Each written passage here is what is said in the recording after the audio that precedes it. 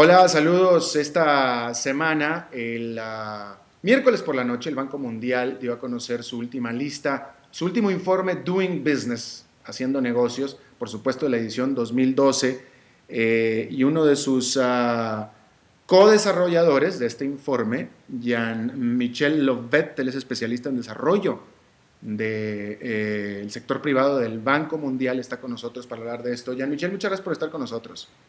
Hola Alberto, ¿cómo estás? Bien, afortunadamente. Obviamente que eh, en primera instancia lo que revela el informe me parece bastante interesante. El lugar, el mejor lugar o el más fácil lugar o país en América Latina para hacer negocios es Chile, cosa que no me sorprende. Lo que me sorprende más son los siguientes lugares, porque el segundo lugar, de acuerdo a la lista, sería Perú, el tercer lugar Colombia, cuarto lugar México. Ah, ¿Dónde está? Déjame, empiezo con esto. ¿Dónde está Brasil? Que cualquiera pensaría que Brasil es hoy por hoy el lugar para hacer negocio en América Latina.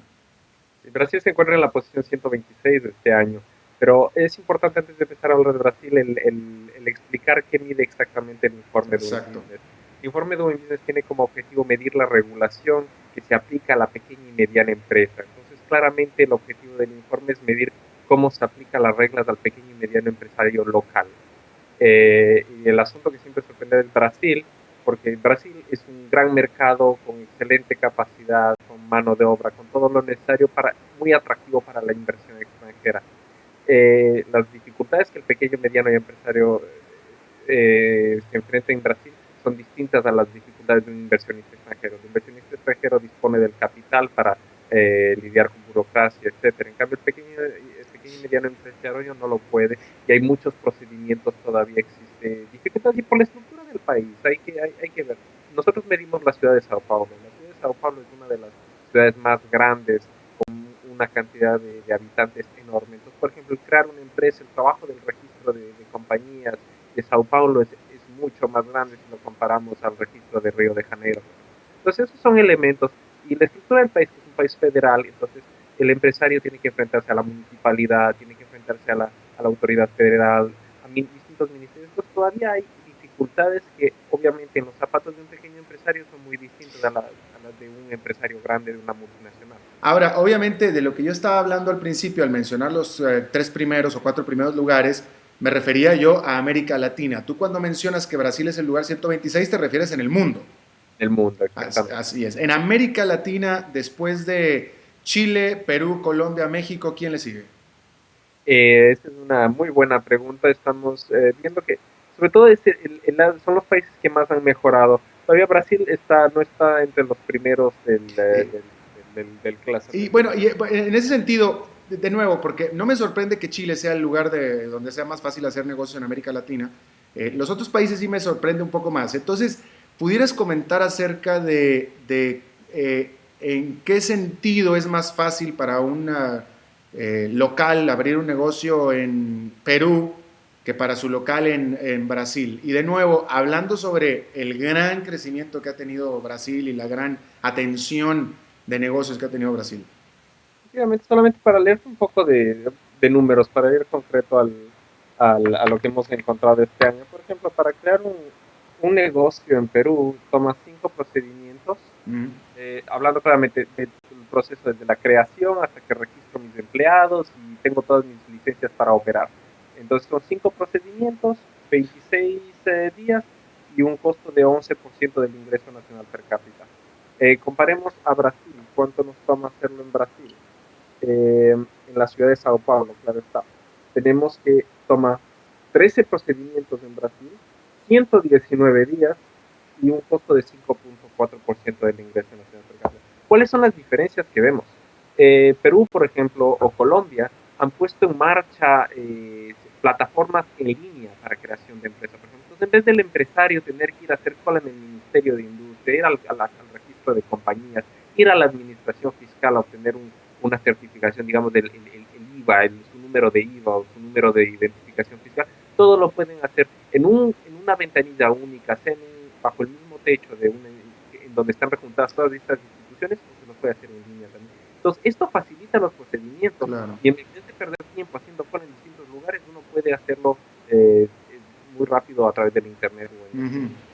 Ah, O te doy un ejemplo, por ejemplo, Nueva Zelanda, que es el mejor lugar, es el lugar donde es más fácil crear una empresa. Ahí simplemente en 20 minutos creo mi empresa y tengo todas mis aprobaciones ese mismo. claro. Ahora, ¿hasta qué punto el informe demuestra, es decir, la duda que me está saltando a mí es, todo depende nada más del gobierno, es cuestión todo de decisiones gubernamentales? Y pregunto porque me pareció que hablabas de que un problema con Sao Paulo es la grandeza de lo gigantesca de la ciudad. Entonces, eh, o es que también tiene que ver la calidad de vida o en cuanto al tiempo que le toma a transportarse para el pequeño empresario a ir a hacer sus diligencias al gobierno, etcétera. ¿Es nada más decisión del gobierno o también son cosas intrínsecas de la ciudad donde vive? No, es más, es cuestión administrativa, porque si tomamos el ejemplo de la cantidad de transacciones que haría el registro. Ya.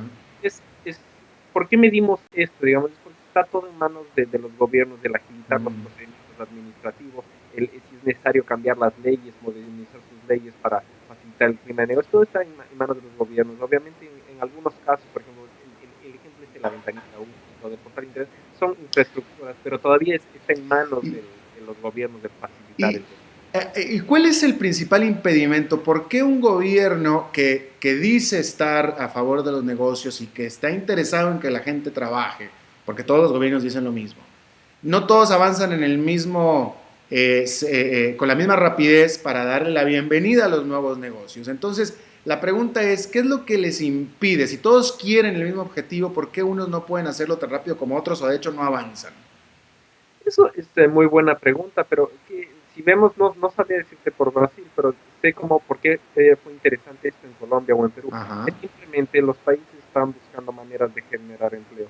¿Quiénes son los mayores empleadores en el mundo fuera de la inversión extranjera? Es la pequeña y mediana empresa. claro, Y eso es muy necesario. Y hay estudios que muestran que esto es casi el 90% de los empleos del mundo son generados por pequeñas y medianas empresas. claro. Entonces, sobre todo en días de crisis, ahora que estamos enfrentando una crisis financiera global, el interés de los gobiernos es mantener empleos y crear nuevos empleos para enfrentar esta crisis. Entonces, se muestra y hay investigación que muestra que el facilitar los procesos de creación de empresa incita a varias empresas a transformarse a la formalidad, a crearse legalmente. Y esto también es interesante para los gobiernos, porque si uno les facilita los procesos a las empresas, es en su propio interés, porque eso, si hay empresas formales, uno puede mejorar la colección de impuestos también. Claro. Entonces, es mutuo, porque de un Mm. lado, la empresa beneficiarse de las protecciones de las leyes, tanto para el empresario, el inversionista, acreedores, y para el gobierno es en su interés también el poder Mm. colectar impuestos para mejorar infraestructura. Por supuesto. ¿Hay manera de comparar cómo queda Latinoamérica como región en relación al resto del mundo? Sí, si vemos los findings del reporte, vemos, América Latina no está entre las regiones más activas del mundo. Donde vemos la mayor actividad de reformas es en Europa del Este. Aquí hay dos elementos. Hay el primero de la accesión a la Unión Europea, que es un gran generador de reformas y de modernización, porque estos países, hay muchos países en esta región y todos están intentando atraer mercado. Y la única manera es diferenciarse por volverse más eficientes y mostrar la diferencia entre el vecino. Entonces es un generador de reformas, pero también es una región que se ha visto afectada también por la crisis financiera. Por Entonces supuesto. también eso ha generado más reforma. Entonces esta es la región que está más fuerte en reformas y que ya va 5 años haciendo lo mismo en términos de reformas. Sorpresas también tenemos este año, es ver África es la segunda región más activa en términos de reformas. 80% de los países de África implementaron reformas. Esto es muy alentador, obviamente. Hay varias dificultades todavía para el empresario en África, muy lejos Por de Europa. supuesto. Podemos comparar esto con América Latina, claro está, pero Por es muy supuesto. alentador ver que se toman esto. Y obviamente el tercer grupo de países donde hay más movimientos son los países de altos ingresos, como en Europa del oeste. Sí. Por supuesto. Ahora, el informe de Doing Business toma en cuenta el acceso a financiamiento, que siempre es básico para poder establecer una empresa. Tomamos en cuenta, tenemos un indicador que se llama acceso al crédito y el objetivo, este indicador tiene dos componentes. Uno es cuán eficaz es el proceso de información crediticia, digamos, lo que le llaman en Estados Unidos la credit history. Si los países disponen de este tipo de instituciones para facilitar al empresario acceder al crédito, porque tú sabes que los bancos es un elemento que van a usar al momento de facilitar créditos. Y el otro elemento es el acceso al crédito haciendo uso de bienes muebles. Pequeña y mediana, el banco, un banco normal siempre quiere dar préstamos usando garantías, bienes inmuebles. Problema, la pequeña y mediana empresa no tiene inmuebles. Exacto. La mayoría de las empresas lo que disponen es de capital mobiliario como su inventario, sus cuentas por cobrar, digamos, sus computadores, sus escritorios, etcétera, su maquinaria. Eso es lo que tienen como capital.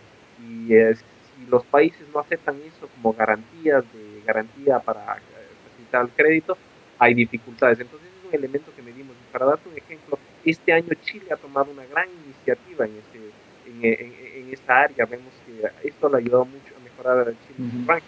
Es la adopción de este tipo de leyes para facilitar el acceso al crédito, haciendo uso de estos elementos mobiliarios, pero además para darle seguridad a los bancos, porque los bancos también toman un riesgo al hacer este tipo de transacciones.